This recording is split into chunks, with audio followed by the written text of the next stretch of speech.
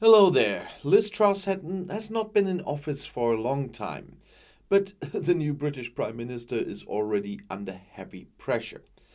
The tax plans her government recently unveiled caused the pound to plummet and cause waves to rise. Now, even criticism came from the International Monetary Fund, the IMF. Some experts see a doom loop looming, a downward spiral with falling exchange rates and rising interest rates. Truss' grace period after taking office and the Queen's funeral did not last long. Last week, Kwasi Kwarteng, the new Chancellor of the Exchequer or Finance Minister in the new government, presented significant tax cuts, the largest since the early 1970s. They are primarily intended to benefit the richest in society and are strongly reminiscent of Margaret Thatcher's economic policy. The goal is to stimulate growth, they say. According to the plan, the tax cuts are to be financed through debt. According to experts, the tax reform could increase Britain's mountain of debt by around £400 billion over the next 5 years. The pound slipped to a record low against the US dollar following Kwarteng's announcement. Fiscal policy is a major concern for investors. Banks are withdrawing loan offers with fixed interest rates, and Great Britain is already suffering from the worst economic crisis in decades. Electricity and gas prices for consumers will probably rise by 80% in October, and many companies are on the brink of collapse due to the high energy costs. And finally, on Tuesday, the IMF, in a rare move, sharply criticized Truss project.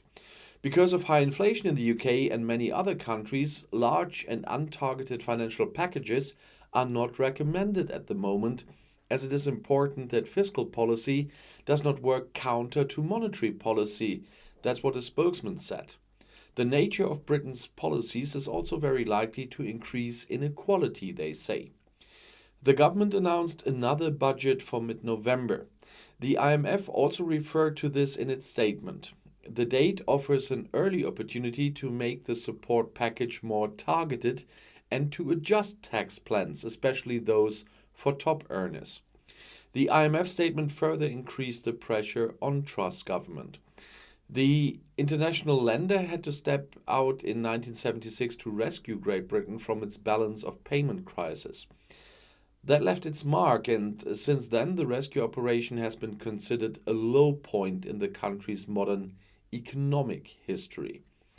It is now eagerly awaited how the British Central Bank will react, which only a few days ago announced another rate hike in order to control inflation.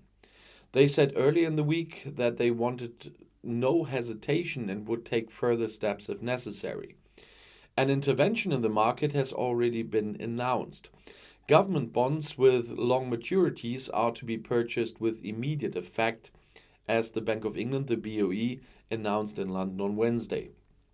An upper limit was not mentioned, but the purchases should take place for a limited time until mid-October.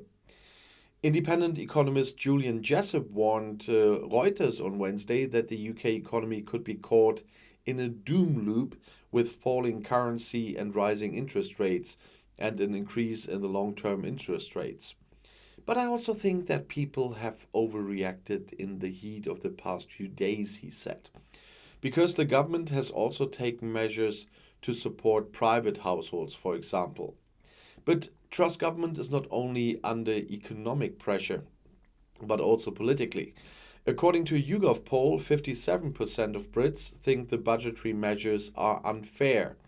Labour, in particular, is currently benefiting from the disappointment. The party is at a rare poll high. They overtook the Tories by more than 17%. Figures like this have not been seen since the era of Prime Minister Tony Blair. And Labour leader Keir Starmer sees himself on the threshold of 10 Downing Street at the party conference on Tuesday. The government has lost control of the British economy, said Starmer to thunderous applause. Starmer is also boosted by rumours that Truss could soon be overthrown by her own party. The first letters are said to have already been received by the responsible party committee, with which group members want to withdraw their confidence. So far, only a few believe that this will happen in the end. The next regular election is not expected until 2024. And I'll see you in my next video. I'll be back.